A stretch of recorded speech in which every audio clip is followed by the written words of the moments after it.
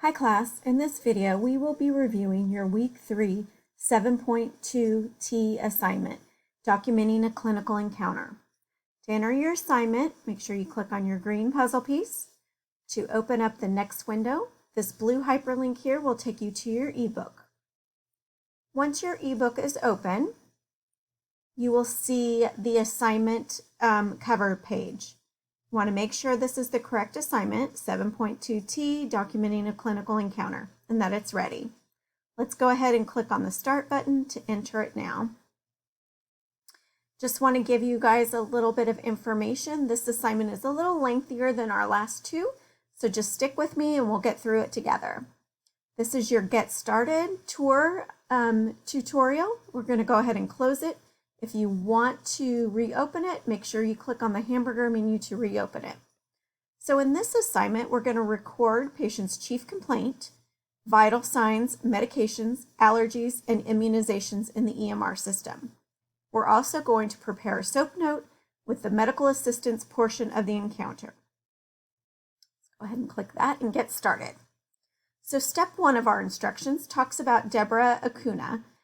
She has been checked into her appointment and she has been brought back to the clinical section of the waiting room, and she's going to be prepped to see the provider. She's going to get her height, weight, and vital signs documented and an interview to talk about why she's there to see the provider. So to begin this assignment, we're going to click on the patient client in the top menu and then select patients under it. So it's top menu, patients. Now we're going to select and search for Miss Acuna. So under the search box, we type in Acuna and click on the search button here to bring her in. And we want to select Acuna. This is what the directions say for step 2, select Miss Acuna. Okay. Our step 3 instructions say select 621 encounter from the select past encounters dropdown. So here's your dropdown for your select past encounters. We're going to select 621 and that encounter opens up. To record the patient's height, weight, and vitals, we're going to click on the clinical menu. So that's here. Click on that, and then we're going to go down to vitals, just like we did in the last assignment. Now we're going to fill in the vitals, recording this information here. So let's click right into the weight box and go ahead and enter that in, 151. Now remember to tab through, so just click on your tab button on your keyboard and it will take you to the next field. Okay, so let's put in her height, 66 inches. Her systolic is 135. Her diastolic is 60. Pulse is 65, respirations is 20, temperature is 98.2, and it was found on her forehead. Click on that. Let's scroll down in the instructions a little bit because it doesn't show all of them at once. And the next vital we're going to document is oxygen saturation, and that's 92. So let's go ahead and just tab through the bottom 2 boxes. It doesn't give us a red X or a grayed out exclamation point, so we know that we don't have to enter any information there. Okay, now I'm going to go back and we want to click Save Form. Our next step is we want to e-sign the vitals. So this is when you e-sign your vitals, that verifies that you are the one that took it and that you are saying that the information that you entered is correct. So let's go ahead and click on e-sign. It asks for a password. Due to HIPAA violations and HIPAA regulations, you have to enter passwords. Go ahead and click sign. And then our next step is we want to go to the clinical menu and select SOAP to navigate to the SOAP note. Now we're talking about SOAP notes in this week, so this is really good information to do. So under the clinical menu, we want to go to the clinical menu, and then we want to navigate down to the SOAP note. So here we are. So we have subjective, objective, assessment, and plan. Now remember, objective is findings. So this is where your physical exam and your vitals are going to be. So let's scroll here.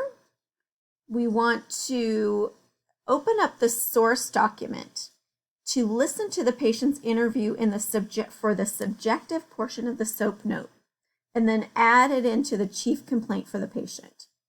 4 options of the possible chief complaint are provided below. Choose the chief complaint that is most accurate for this visit and type it into the subjective section as it appears. So let's open up the source document. This is just telling us we can make it different sizes. We can open it wider, we can open it longer, we can make it shorter, and then we can also press this button here and it'll put it down here in the bottom portion of your window. That's what I'm going to do for right now. If I want it back up, I'm going to click that to bring it back up. All right, so let's look at our choices here. So possible chief complaints, we have 4 here, okay? So I'm just going to skim over those to see what they say. And then I'm going to go into the transcript of Miss Acuna's, her interview on why she is there to see doctor. So instead of playing it, we're just going to go ahead and skim through here. So she wants to ask her a few questions. She says, call her Debbie. She was referred by her cardiologist, or referred by her primary care to a cardiologist for her heart rate that becomes very slow and that may be causing some dizziness. And sometimes she becomes disoriented. The medical assistant asks, how often does the dizziness and disorientation happen? And she said, I go cycling a few times a week and go longer distances. She likes cycling, but when she puts more effort into it, that's when she feels weird. The MA then asks, does this happen any other time? She says it's becoming more frequent, like when she's going up the stairs, walking the dog. That's one of the reasons her primary care took an EKG and advised her to see a cardiologist. So she asked her when the symptoms started. She doesn't know exactly. She remembers them starting with dizziness sometime in late fall, and then it got worse when she started up with the cycling in early spring. She talks about some nice weather. Now we get into cycling must be wonderful here in Colorado. She gets a little personal with the patient, which is okay. It just, sometimes when you do that as a medical assistant, that creates some trust with the patient, but you don't want to get too personal with patients. She says here if she has any other medical problems. She says yes, she's been a diabetic for the past 4 years, but she keeps it under control by watching what she eats and regular exercise. The medical assistant then asks if she takes insulin. She says no. She goes over some medications that she does take. And she asked if the medical assistant asks if she's taking any other medications, vitamins, or supplements. And the patient says no. And then the medical assistant also asks if she's allergic to any medications. She says, I'm allergic to amoxicillin, but nothing else. When you find out that a patient is allergic to a medication, you always want to ask what kind of reaction do they have to make sure that's documented in the chart. So here she asks about her reaction, and she said it's not a big deal, mild reaction. For some reason, it gives me the shakes. She says thank you, and she asks her about any recent vaccinations, such as a flu shot. She said no, she doesn't believe in flu shots. She did get a tetanus shot in July last year when she cut her foot. She said, oh, by the way, let Dr. Drake, her primary care, said to let you know that there are lab results in my EKG on the computer. And the MA says, thanks for letting me know. And the patient says, thank you. So we're going to go ahead and look over here at the 4 options that are given to us to put in the patient's chief complaint. Now remember, a chief complaint is in the patient's own words why she's there to see the doctor. So the first one says the patient was referred to her for diabetes, which is not true because she was referred to the cardiologist because of her heart rate and dizziness. So that A is not correct. So for option B, the patient states she had an episode of dizziness, disorientation, and her doctor has referred her to be evaluated. Well, that's kind of true, but let's go ahead and look at the other two options just to see if there's something a little more specific. C says the patient states that she is in excellent shape and has an occasional heart problem that causes her heart to beat more slowly. So we wouldn't go with this one because we don't see anywhere in her interview that she says she's in excellent shape. So let's look at the last option, option D. Patient states she was referred to by her primary care for slow heart rate with associated dizziness, and she has also had a history of diabetes or diet-controlled diabetes. Bingo, that's our answer there. So we're going to go ahead and enter that into our subjectives. So we want to click on add, and then we want to type in exactly what this says here. The patient states she was referred by her primary care physician for slow heart rate with associated dizziness and disorientation. She also had a history of diet, diet-controlled diabetes. Now, I'm going to click tab here. If that's correct, should give me a green check mark. Woo, that's correct. Okay.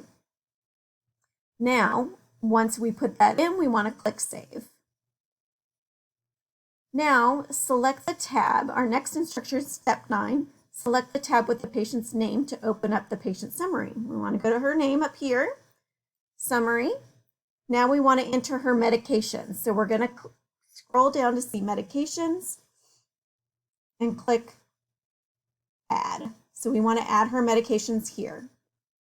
Step 11 talks about adding her medications, and here is her medications that are listed here.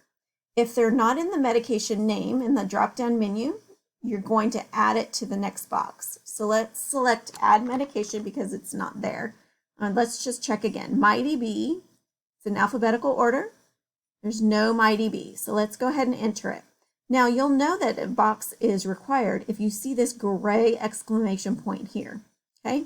So that means that I've clicked into it and I've tabbed out of it and I didn't enter any information. So I'm going to put in MyDB, tab through, so that tells me it's correct. And it's a B complex vitamin, 1 tablet daily. So let's just tab through.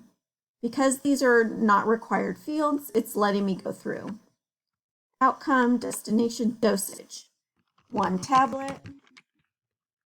And that doesn't require information there. So let's delete that out, go down to the next box where it says instructions. It takes 1 tablet daily. Click save. Now we're going to enter another medication. The other medication is Estroven maximum strength. So let's select in the drop-down menu. That's estrogen. See how it's not correct. So we're going to go unassigned and then we're going to type it in. Estroven. Okay. Tab through down to the instructions. She takes 2 tablets every day. We're going to click save. Great. Now we're going to record her allergies. So let's click on allergies, click on add. Remember in her interview, she talked about she was allergic to amoxicillin. So the details are here just to remind you. So let's look in the drop-down menu. It's not there, so we're going to do like we did in the medications. Add her allergy, amoxicillin.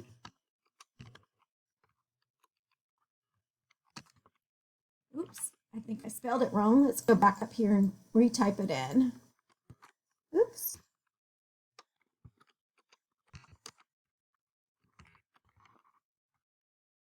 There we go.